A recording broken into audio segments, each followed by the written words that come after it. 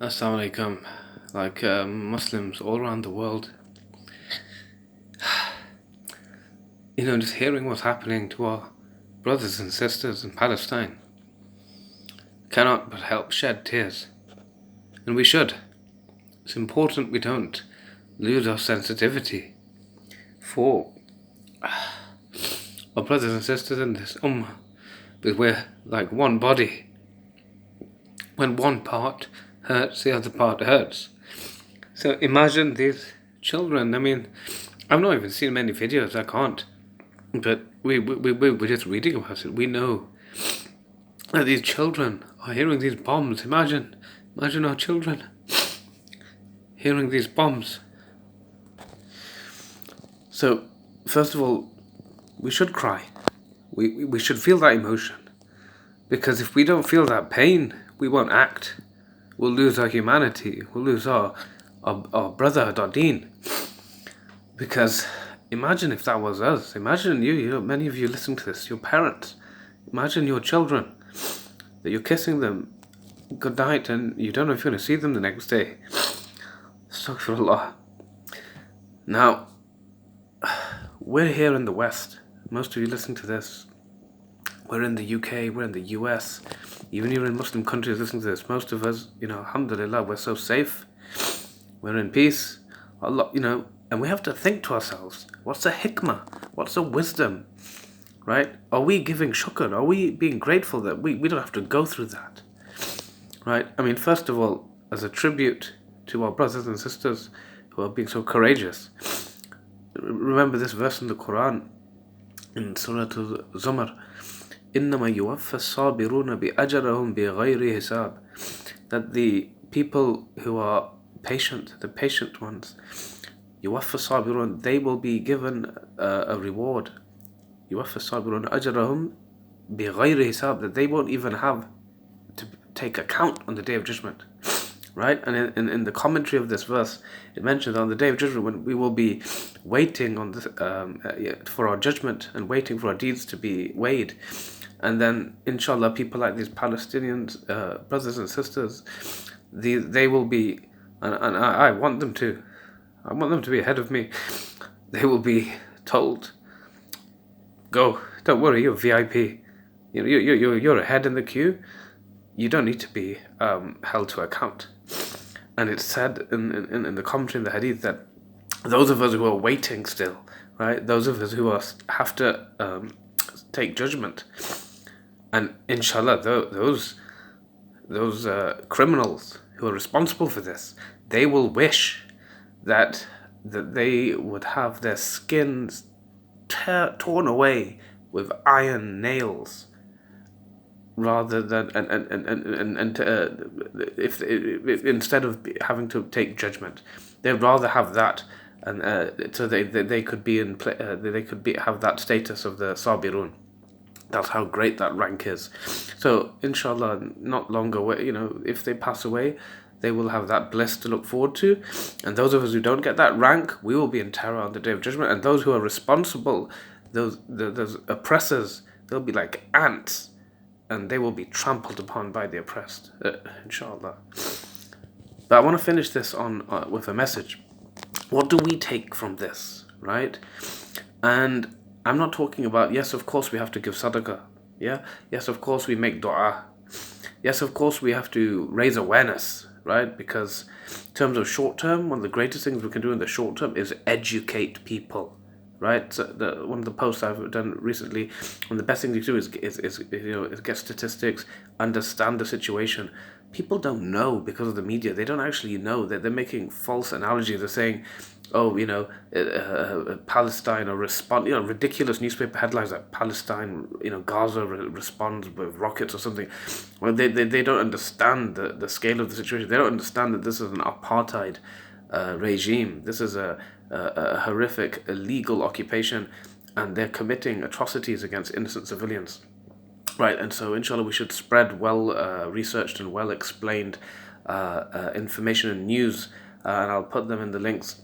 Share that, understand it, watch it, and educate your non-Muslim friends and influential colleagues. But beyond that, there's another important message which we have to take away from this. Like, what is Allah teaching us?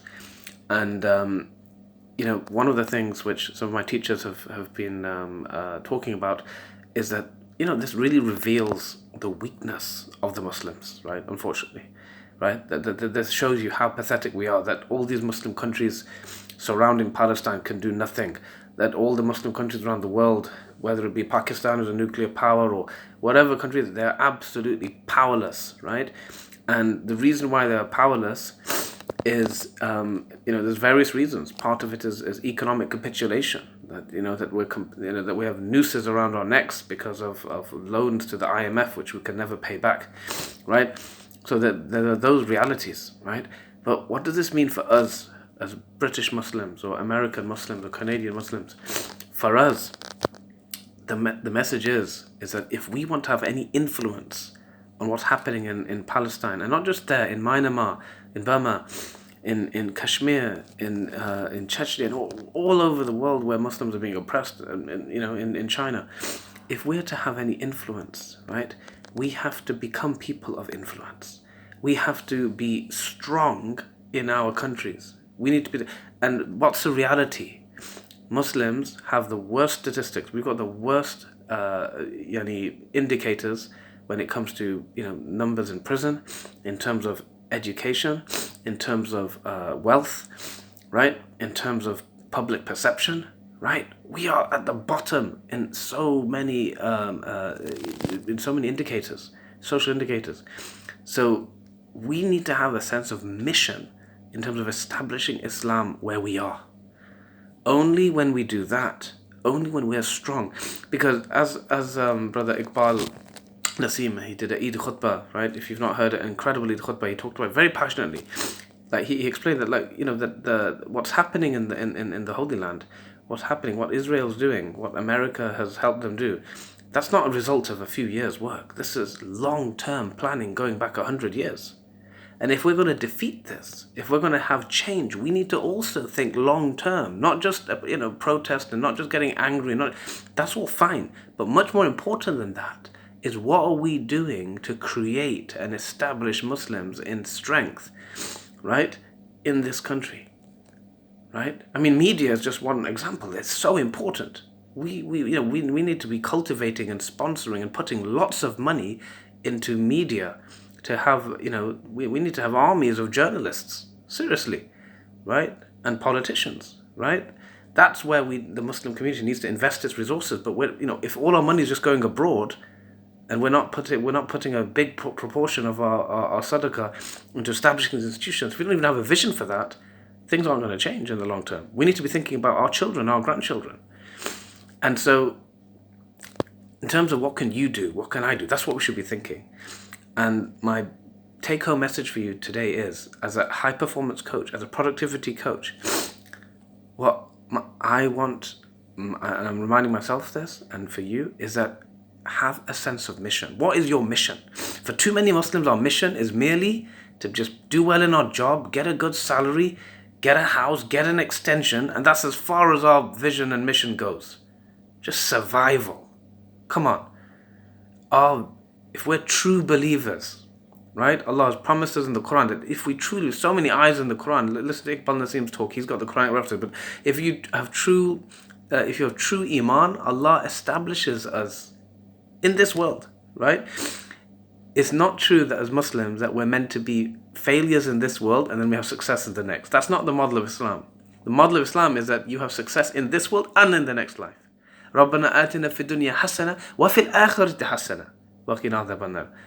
Our Lord grant us good in this world and good in heaven. When we're true believers, we will have success in this world.